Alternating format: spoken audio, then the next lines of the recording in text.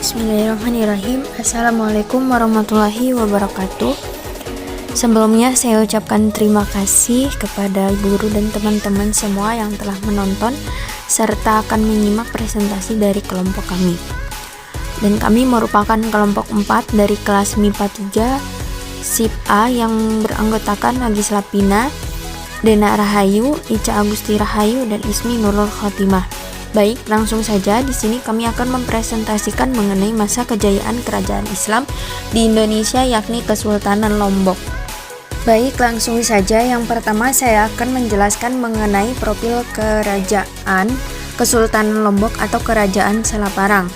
Kerajaan Selaparang adalah salah satu kerajaan Islam yang ada di Lombok, Nusa Tenggara Barat. Pendiri kerajaan Selaparang adalah Syekh Zulkarnain atau disebut juga Syekh Abdurrahman. Kerajaan Selaparang terkenal tangguh baik di darat maupun di laut.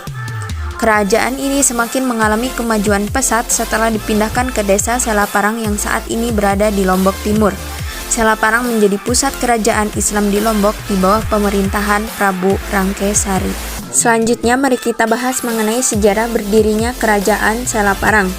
Para ahli meyakini bahwa kerajaan Selaparang mengalami dua periode, yaitu kerajaan Selaparang Hindu yang berdiri antara abad ke-13 hingga 14 di bawah kerajaan Majapahit, dan kerajaan Selaparang Islam yang berdiri pada abad ke-16. Dinasti Selaparang kemudian menjadi yang pertama kali menerima Islam di Lombok.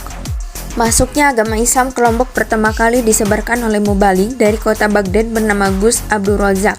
Gus Abdul Razak menikah dengan seorang putri dari kerajaan Sasak dan melahirkan dua anak, yaitu yang pertama Syekh Zulkarnain atau dikenal Syekh Abdurrahman, dan yang kedua merupakan seorang putri bernama Syarifah Latifah yang dijuluki Denda Rabi'ah. Syekh Zulkarnain inilah yang mendirikan kerajaan Selaparang sekaligus menjadi raja pertama dengan gelar Datuk Selaparang atau Sultan Rinjani. Selanjutnya di sini kita akan bahas mengenai masa kejayaan kerajaan Selaparang itu sendiri. Kerajaan Selaparang tergolong tangguh, bahkan laskar lautnya mampu mengusir Belanda yang hendak memasuki wilayahnya pada tahun 1667 sampai 1668. Selain itu, laskar lautnya juga pernah memukul mundur kerajaan Gel-Gel atau kerajaan yang berasal dari Bali yang menyerang sebanyak 2 kali. Kemudian setelah itu, kerajaan ini semakin mengalami kemajuan pesat setelah dipindahkan ke desa Selaparang sekarang ini. Selaparang menjadi pusat kerajaan Islam di Lombok di bawah pemerintahan Prabu Rangkesari. Pada masa inilah Selaparang mengalami masa keemasan dan pemegang hegemoni di seluruh Lombok. Kemudian setelah mengalami masa kejayaan atau masa keemasan, akhirnya kerajaan Selaparang mengalami masa keruntuhan, yakni pada awal abad ke-15 para imigran petani liar dari Karangasem atau berasal dari Bali secara bergelombang mendirikan koloni di kawasan kota Mataram saat ini. Secara berangsur-angsur koloni ini berkembang hingga menjadi kerajaan kecil, yaitu Kerajaan Pagutan dan Pagesangan yang mengancam keberadaan kerajaan Selaparang tersebut.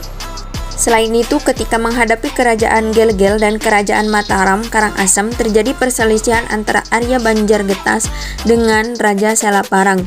Arya Banjargetas beserta pengikutnya kemudian meninggalkan Selaparang untuk bergabung dengan kerajaan Mataram Karangasem.